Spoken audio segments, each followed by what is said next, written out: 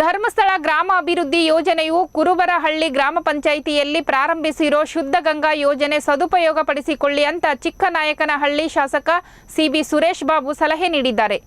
ಸದ್ಯ ಶಿರಾ ತಾಲೂಕಿನ ಶಾಗದಡು ಗ್ರಾಮದ ಗೊಲ್ಲರಹಟ್ಟಿಯಲ್ಲಿ ಧರ್ಮಸ್ಥಳ ಗ್ರಾಮೀಣ ಅಭಿವೃದ್ಧಿ ಯೋಜನೆಯ ಶುದ್ಧ ಗಂಗಾ ಕುಡಿಯುವ ನೀರಿನ ಘಟಕದ ಉದ್ಘಾಟನಾ ಸಮಾರಂಭದಲ್ಲಿ ಅವರು ಮಾತನಾಡಿದರು.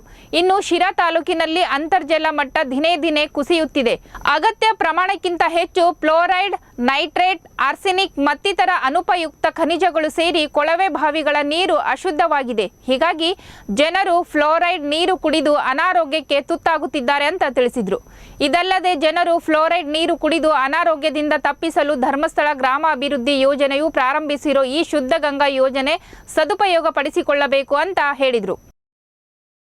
ಇವತ್ತು ಲೋಕಾರ್ಪಣೆ ಮಾಡಿದರೆ ಖಂಡಿತ ಇವತ್ತು ಅದ್ರ ಮುಖಾಂತರ ಈ ಭಾಗದಲ್ಲಿ ಸ್ವಲ್ಪ ಫ್ಲೋರೈಡ್ ಸಮಸ್ಯೆಗಳು ನಾನು ಬಂದ ತಕ್ಷಣ ಕೆಲವರು ನೋಡಿದೆ, ಹಲ್ಲುಗಳಲ್ಲಿ ಗೊತ್ತಾಗ್ತದೆ ಕರೆ ಕಟ್ಟಿರ್ತಕ್ಕಂಥದ್ದು. ಇದೆಲ್ಲ ನೋಡಿದಾಗ ಫ್ಲೋರೈಡ್ ಅಂಶ ಜಾಸ್ತಿ ಇದ್ರೆ ನಮ್ಗೆ ಆರೋಗ್ಯ, ಕ್ಯಾಲ್ಸಿಯಂ ಎಲ್ಲ ಕೂಡ ಕಡಿಮೆ ಆಗ್ತಕ್ಕಂಥದ್ದೆಲ್ಲ ಆಗ್ತದೆ. ಅದರಿಂದ ಅದೆಲ್ಲದನ್ನು ಕೂಡ ಗಮನಿಸಬೇಕಾಗ್ತದೆ. ನಾವು ಆರೋಗ್ಯವನ್ನ ಕಾಪಾಡ್ಕೋಬೇಕಾಗ್ತದೆ. ಒಳ್ಳೆ ರೀತಿಯಲ್ಲಿ ನಾವು ಸಮಾಜದಲ್ಲಿ ಮೇಲ್ಪಡಬೇಕು. ಆರ್ಥಿಕ ಮಟ್ಟದಲ್ಲಿ ನಾವು ಹೆಚ್ಚಿಸ್ಕೊಳ್ಳುವಂಥ ಸಂದರ್ಭದಲ್ಲಿ ಆರೋಗ್ಯನ ಕೆಡಿಸ್ಕೊಂಡ್ರೆ ಖಂಡಿತ ಏನು ಕೂಡ ಉಪಯೋಗ ಆಗಲ್ಲ. ಮೊದಲಿಂದ ಶ್ರಮ ಪಟ್ಟು ದುಡಿತಾ ಇರ್ತೀರ, ಒಳ್ಳೆ ಟೈಮಲ್ಲಿ ಅದೆಲ್ಲದನ್ನು ಕೂಡ ಬಳಸ್ಕೊಳ್ಳುವಂಥ ಸಂದರ್ಭದಲ್ಲಿ ಆರೋಗ್ಯನೂ ಕೂಡ ಜೊತೆಯಲ್ಲಿ ಕಾಪಾಡ್ಕೊಂಡು ಹೋಗುವಂಥದ್ದು ನಮ್ಮ ಕರ್ತವ್ಯ ಅಂತ ನಾವೆಲ್ಲರೂ ಕೂಡ ಭಾವಿಸ್ಕೋಬೇಕಾಗ್ತದೆ.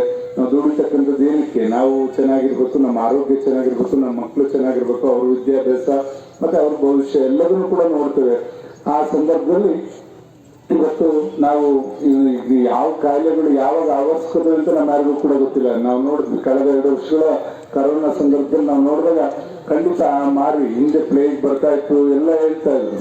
ಆದ್ರೆ ಈಗ ನಮ್ಮ ಕಣ್ಮುಂದೆನೆ ನಾವು ಅಂತ ಒಂದು ಕೆಟ್ಟ ಕಾಯಿಲೆಯನ್ನು ಕೂಡ ಕರೋನಾ ಅಂತಕ್ಕಂಥ ಸೋಂಕನ್ನ ನಾವೆಲ್ಲರೂ ಕೂಡ ಕಂಡು ಹಲವಾರು ಜನ ನಮ್ಮ ಜೊತೆಲಿದ್ದಂಥವ್ರನ್ನ ನಾವು ಕಳ್ಕೊಂಡಂತ ನಿದರ್ಶನ ನಮ್ಮ ಕಣ್ಣು ಮುಂದೆನೆ ಕೂಡ ಇರೋದ್ರಿಂದ ಖಂಡಿತ ಇವತ್ತು ಎಷ್ಟು ನಾವು ಅಚ್ಚುಕಟ್ಟಾಗಿರ್ತೀವಿ, ಎಷ್ಟು ನಾವು ಸೂಕ್ಷ್ಮವಾಗಿರ್ತೀವಿ ಅಷ್ಟು ಒಳ್ಳೇದು. ಆ ನಿಟ್ಟಿನಲ್ಲಿ ನಾವು ನಮ್ಮ ಆರೋಗ್ಯವನ್ನು ಕಾಪಾಡ್ಕೊಳ್ಳೋಕೆ ಮುಂದಾಗಬೇಕು. ಯಾರು ಕೂಡ ಉದಾಸೀನ ಆರೋಗ್ಯದ ಬಗ್ಗೆ ಮಾಡೋದು ಬೇಡ.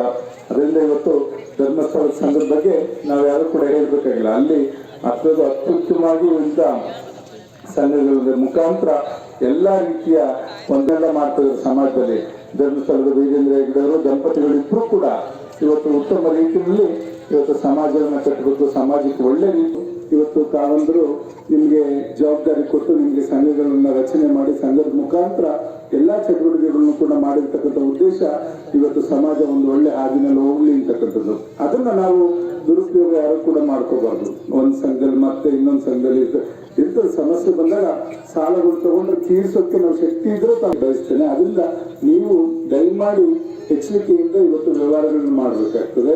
ಮಾಡುವಂತ ಸಂದರ್ಭದಲ್ಲಿ ಎಷ್ಟು ಅವಶ್ಯಕತೆ ಇದೆ ಅದನ್ನ ಮಾಡಿ ಅದನ್ನ ತೀರ್ಸೋಕೆ ನಾವು ಯಾವ ರೀತಿ ಸಾಧ್ಯ ನೋಡ್ಕೊಂಡು ಇವತ್ತು